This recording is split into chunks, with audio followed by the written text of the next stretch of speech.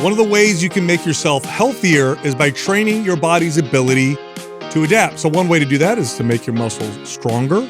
Another way is to improve your endurance. But here's one that a lot of people don't realize is like a muscle. Your body's ability to adjust to temperature. Okay, so if you expose yourself to cold temperatures or hot temperatures, your body will actually improve its ability to acclimate. This may be why when you live in a hot climate, you tend to do okay with hot temperatures versus your friends who maybe live in colder climates and vice versa. So if you're always in 72-degree climate-controlled temperature environments, you may be causing your body to become less healthy because you're not strengthening the muscle that adapts to temperature. This one is one nobody considers. I'm actually glad you went this way because I've been meaning to, off air even, ask you this. So fuck it, we'll just do it right now. Because I'm never good at explaining to people exactly what's going on when you cold plunge. I think the space advertises the benefits of the cold plunge wrong, like they do with many things, right? The same way we used to market fasting, I think the wrong way. I think we market the cold plunge the wrong way too. We make it all about sports performance, recovery, or like mental mindset.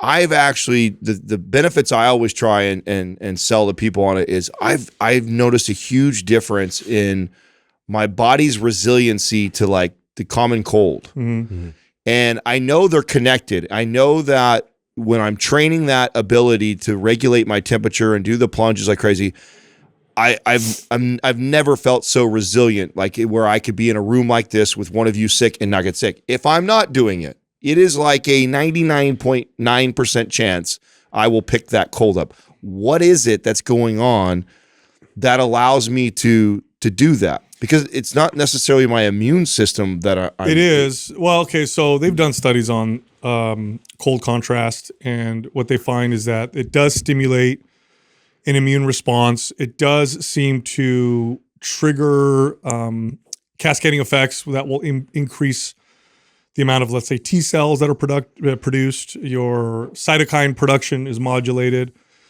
But I think that that's just part of the story. I don't think that's the whole story.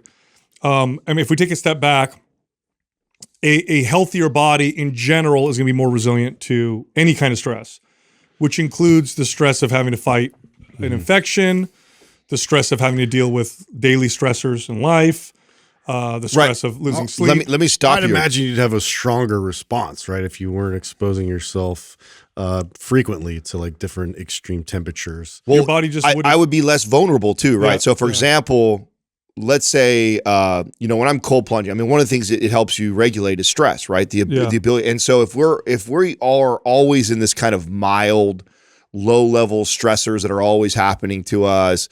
I just came in, let's say, and somebody cut me off, outside, and like that's a stress, right?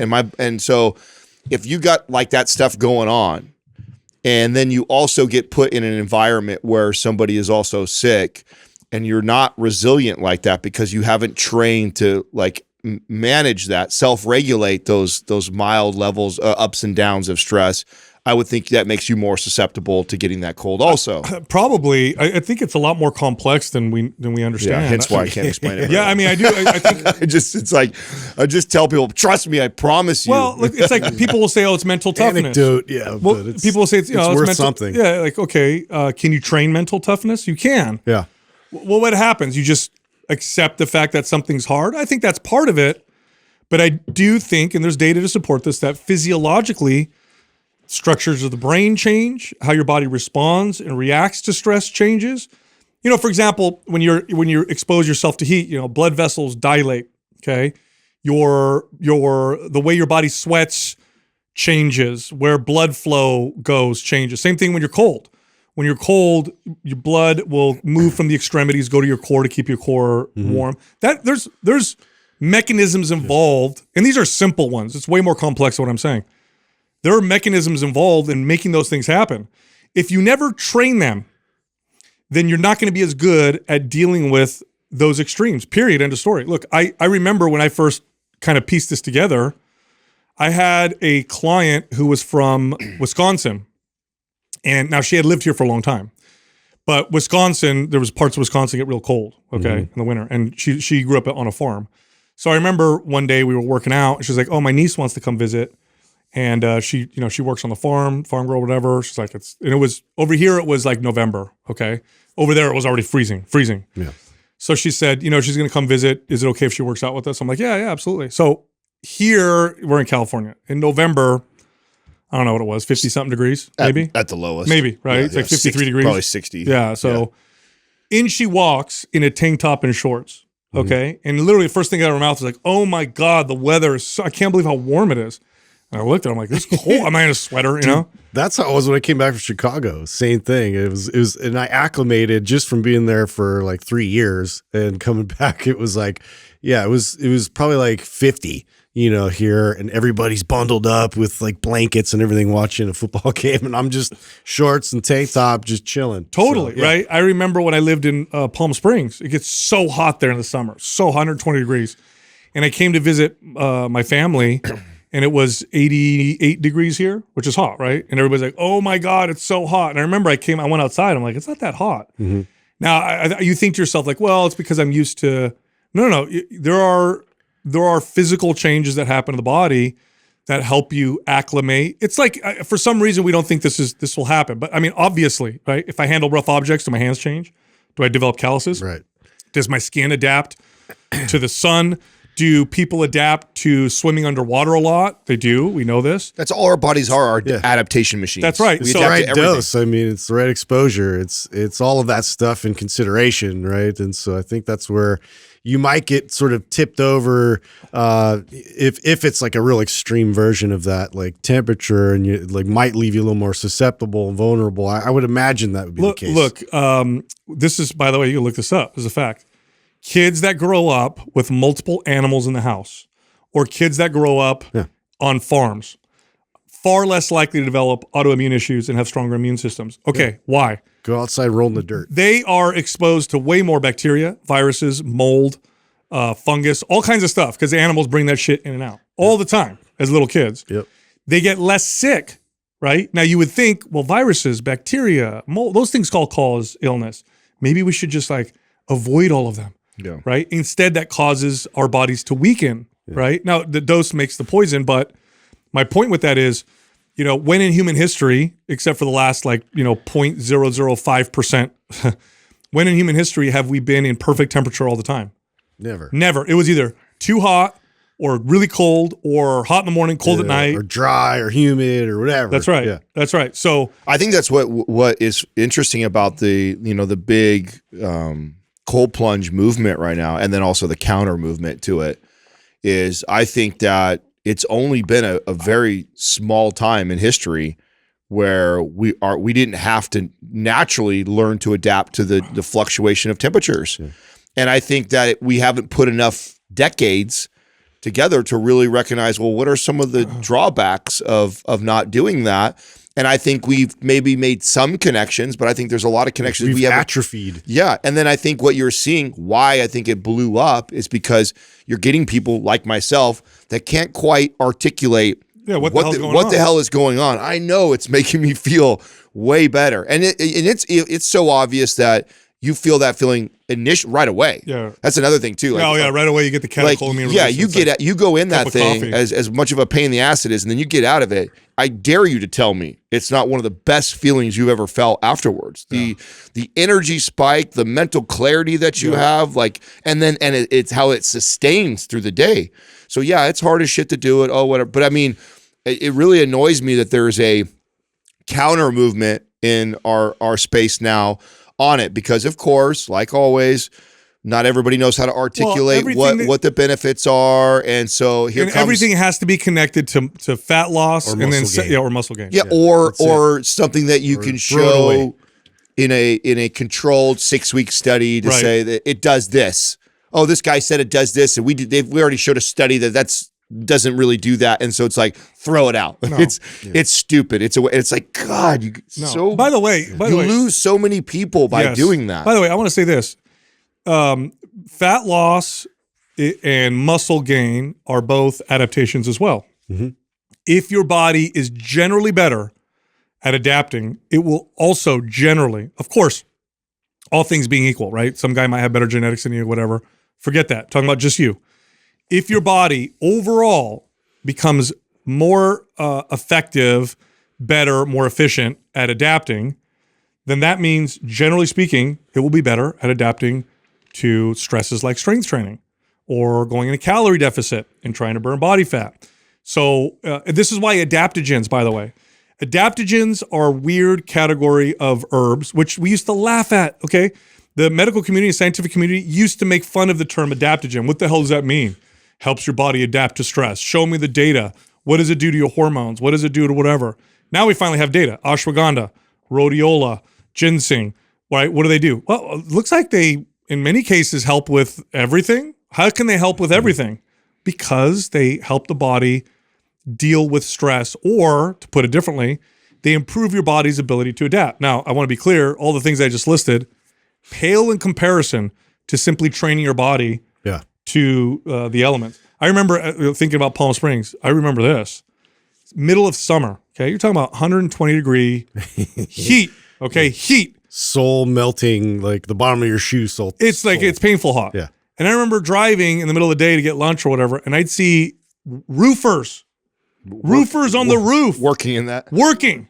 And I remember looking at them and I'm like, nuts. Yeah, but they, you know what? They do it all the time, every day. I'm sure they feel hot. I'm not saying that they're comfortable up there, but you put me up there. First of all, you can make me as fit as you want in the gym. I could be a super athlete. If I don't do that, I ain't going to last, you know, because that's another form of adaptation. It's like when you know, even recently I went to go help my dad move something heavy, and it was a jagged piece of furniture, right? So it's like wood corners or whatever. By this point, my dad's got arthritis everywhere. I'm definitely stronger than my dad now, okay? But we're moving this jagged, you know, sharp edges piece of furniture, and I had to put it down. Hold on, I put it down. It hurts my hands. My hands are hurting, and I had to go put gloves on. Meanwhile, my dad's barehanded, like holding it, and it's not hurting him. Mm-hmm. It's because he's handled rough objects with the work that he's done since he was a child. Yeah. So it's like he's got natural gloves on, right? Where does that come from? It's adapting. Yeah. So think of all the different ways you could train your body to adapt. Again, the dose makes the poison. Just like with exercise, it must be appropriate. So if you never use a sauna, for example, and you go in there and you just push yourself to failure for an hour, you're going to feel like dog shit for 3 days. You're probably going to go too far. Just like if you never work out and you go to the gym and beat yourself up. The dose makes the poison. It's got to be appropriate. Allow your body to slowly adapt. So maybe it's like, okay, when I drive to work, it's cold. Instead of putting the heater on, well, Wim Hof I won't put the heater on. Wim Hof had a really cool, I forget what he called it or whatever, but like, I mean, they literally started like, 30 seconds at the end of your shower. That's for a week, and then the next week go to 1 minute of just of it, and then 2 minutes of it at the end of your shower. Then get to the place where you can go plunge into the water for a minute to 2 minutes, and then you just keep working your way up like that. I mean, that was me. Like I remember the first time we did it with Justin, and Justin kicked our asses because he had the Wim Hof training. Yeah, and it was like I was waiting for the fat joke. Well, isn't fat an insulator? There it is. Yeah, continue. That's the real. He cut me off at the pass. I mean, he smoked us when we did that, right? Yeah, and it was so hard for me to do it. I had no concept of what I needed to do. I was just trying to bear it, right? Yeah. Where I got to a place now where, man, you're sitting there for minutes. Oh, I could sit in there. I get out just because, like, it's been 5 minutes. I don't need to stay in here any longer. God. Like, so it's gotten to that place where I can do it that comfortably. You know what's interesting about that? I mean, kind of a connected side topic. It is interesting how like genetics play a role in pretty much everything, right? So you may genetically be stronger at an exercise, or maybe more prone to endurance versus strength or speed or whatever. I do much better with heat than I do with cold. No. Like I can go in a sauna and I could do very well right out the gates. Cold is something I should train because I suck at it. I am not good with cold. Yeah. Not at all. Like, I mean, it's like anything else. I need to train it. It's like completely opposite. Yeah. It sucks. Yeah, you're like that with heat, right? Yeah. It sucks. The thing about the cold that I find interesting is that it sucks every time.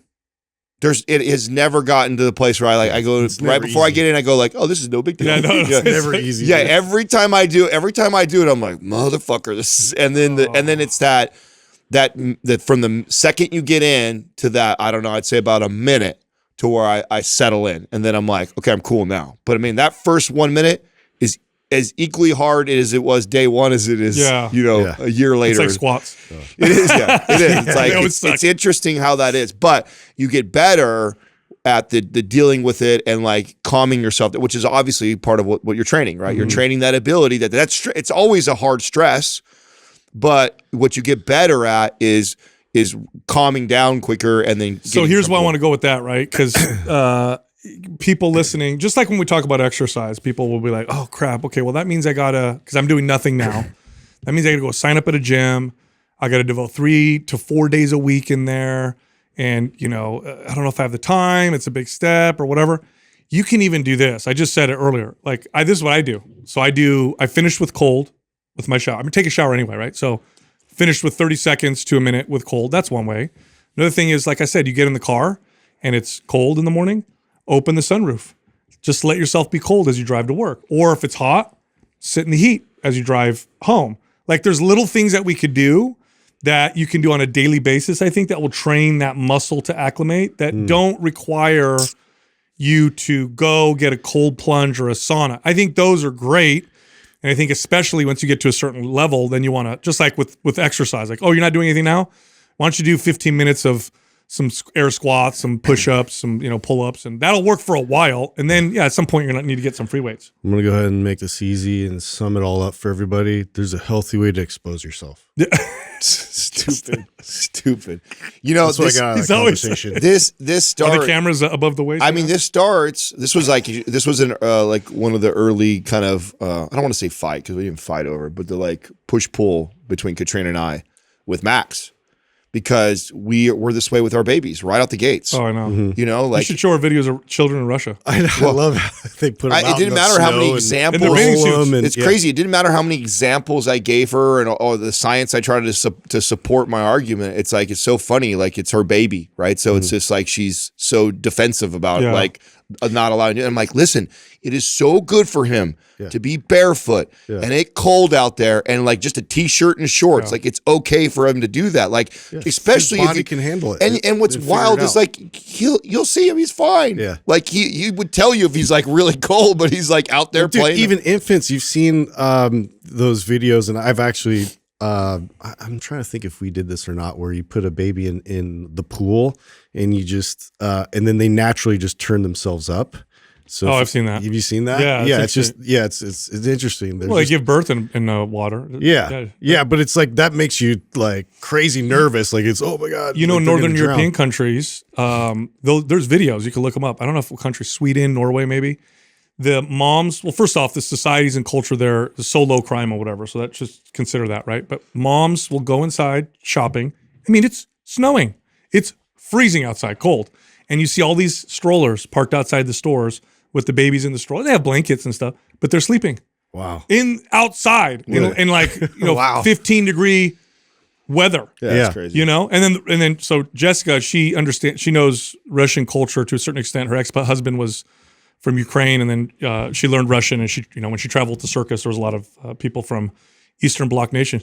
She said it's customary to, when you bathe your baby, to finish with a cold rinse, pure cold. How many people will do that to their baby? Kyle's the only guy I ever knew that ever did that. Yeah. Remember Kyle?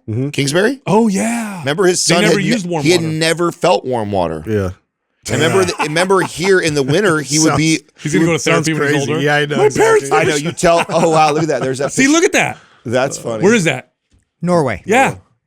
Would you ever see a mom here? Forget about the crime part, because that's like a kidnapper's wet dream. Yeah. But you leave your kid outside like that in the snow, you get the cops called on you. So nuts. Yeah. Isn't that wild? Yeah, it's wild. Well, show the Russian one, Doug. Yeah. Like what? I mean, that's crazy. Russian kids in school. Baby documentary where they showed like how every culture like kind of like deals with like that one that I think it was in the Himalayas where they would just like tied that baby to one of like the beds and they just left like all day. What? You don't remember that? No. That's they're like playing with rocks and dude, it just made an example of like how resilient these like little kids are. I just think it's interesting how much we avoid hard. Like that's all this stems from. It's because we have the luxury to bring the child in, turn the heater on, or turn it to the temperature down. Look at that. So Siberian school. Look what they do. Scroll up, Doug. Yeah, Oh, yeah. right there on the left, bottom left. Yeah, they're pouring water over their heads. They're outside. It's snow. Okay, ice. This is Siberia. This is not like a little bit of a little dust of snow. It's cold over there. Yeah. This is like break. This is like recess. Yeah. Not only the outside, they're outside in Speedos. Not only the outside in Speedos in the snow, they have buckets of water they're pouring over themselves. Yeah. Do you know what would happen if you did that to kids now? here? So now since you bring this up, what would be really interesting? all die, What would be probably. really They'd die. interesting, Sal, is to break. look up like the kid, their immune system, Oh, how they already often know. they get sick. They already and- show it. Huh? They already show it. They do? Uh-huh. So show that. I want to see that. They already show it. Because to me, that is what will be really interesting about this. So, okay, obviously that's crazy that they do that. Now, the next question is, how much healthier are those kids in comparison to, like, let's say, Western I'll nations? show you one. Look up the cancer rates and heart disease rates among the Amish. Look up that. They live the way that we lived, I don't know, 100-something years ago. Yeah. You know, the cancer rates are like nothing. That low? Like really, really low? Oh, my, almost non-existent. Why does that? So that's so weird to me, right? Like cancer is one of the most talked about things, Yeah. right? Everybody knows somebody who's been hit with it. Like if we have a group of people, okay, and there's a large enough group, it's not like a pool of 100 people, and you're Yeah, like, it's a whole oh, community. yeah, a whole community of people that have the lowest rates of cancer. Why is that not like a constant conversation around like? There's so like it's so sad, right? It's so sad that Why would we they, reject. Adam? We would reject them because they live a way that maybe one of us. Yeah, but don't. why would they? They don't, like, imagine all the companies and products that I go out know of that's my business. We point, live though, like Sal. that. It's so sad I that know. because you reject the way they live, that you wouldn't at least Like, peer into it. investigate. Acknowledge it. Yeah, investigate. What are some of the potential things that are now? I know. I obviously there's a lot of things. There's great community there. They Yeah. probably low They're processed active, food diets. yeah. They're They're all active. purpose. They're Yeah. lean. They don't Yeah. smoke. Yeah, I mean, yeah. you know, ironically, it's a lot of the stuff that we talk about, the blue zone stuff, right? Yeah, a totally. lot of the things that are. What does Yeah. it say, Doug? It's a very strong. Yeah, so the overall cancer rate for the Amish is 390 compared to 647 in the population at large. Yeah, so, it's so look at that. almost What does that half. mean? 390. I don't know what that means, but it's about half anyway. Yeah. Yeah, it's just really, really low. Scroll down more, Doug. See if there's more articles.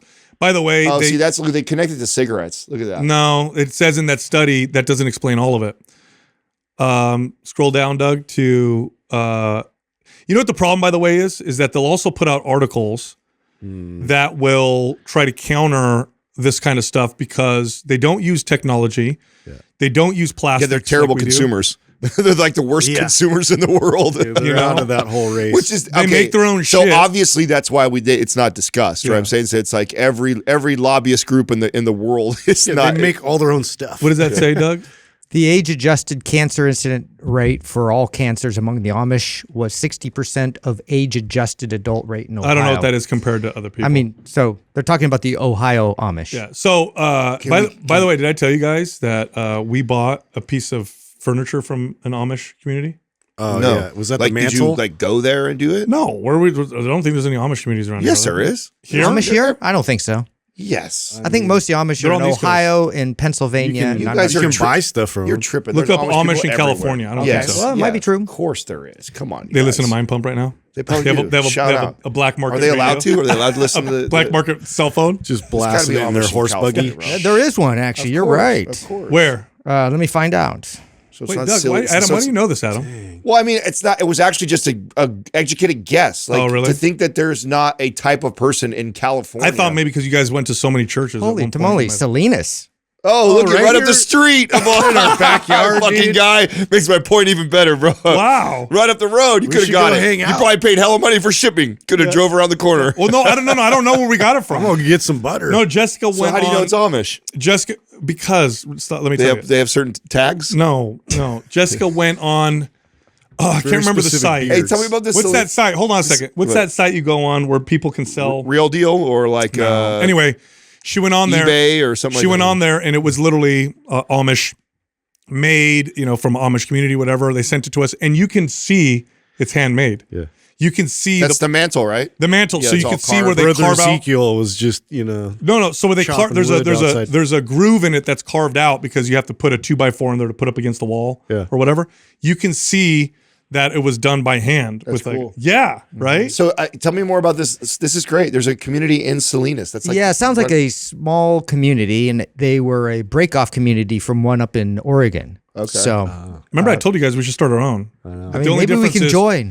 Well, the only difference Are is you allowed to go? Can we? If you're not Amish, are you allowed to go like hang out for the day? I would love to interview I someone. want So to would watch I. them build.